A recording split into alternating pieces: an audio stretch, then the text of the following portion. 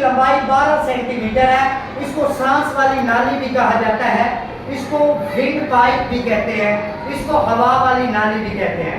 बेटा इसको मैं खोलूंगा, लेकिन उससे पहले मैं आपको ये बताना चाहता हूँ कि ये हमजा जल्दी है बेटा, जल्दी है।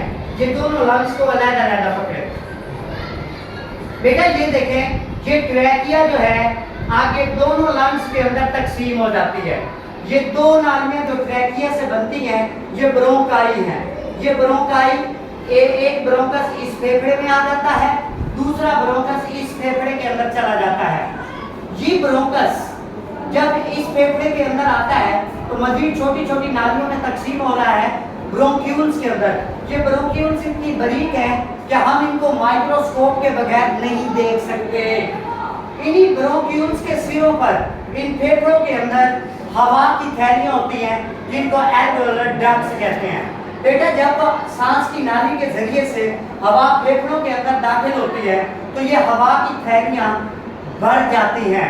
इस अमल को इंस्पिरेशन कहते हैं, यानी कि हवा का फेफड़ों के अंदर दाखिल हो जाना, ऑक्सीजन का इनहेल हो जाना। This process is called inspiration. और हवा जब बह निकलती है इसको कहते हैं एक्सपीरेशन। अब ये तजर्बा मैं आपको करके दिखाऊंगा। मैं सांस की नाली से हवा दाखिल करूंगा और फेफड़े जो है हवा से जब भरेंगे तो ये फूल जाएंगे।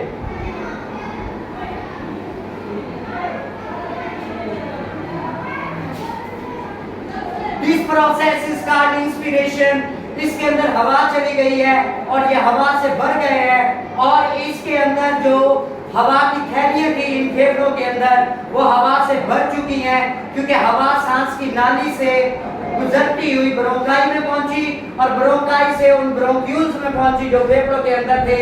अब ये हवा फेफड़ों के अंदर पहुंच चुकी है, उन हवा की थैलियों के अंदर, जिन हवा की थैलियों को एल्वेओलर डक्ट्स कहते हैं। अब मैं एक्सपीरेशन का प्रोसेस करूंगा। एक्सपीरेशन का प्रोसेस ये है कि जब हवा फेफड़ों से निकलती है तो ये फेफड़े सिकुड़ जाते हैं। मैं दोबारा एक्सपेरिमेंट करता हूं। ये इंस्पिरेशन है, इसके अंदर हवा का दाखिल होना इंस्पिरेशन, और हवा जब निकलेगी ये एक्सपीरेशन। जब हवा फेफड़ों से बाहर निकलती है तो ये फेफड़े सूख जाते हैं, और हवा जब दाखिल होती है तो फेफड़े फूल जाते हैं, क्योंकि हवा की थैलियां इस हवा से, ऑक्सीजन से भर जाती हैं।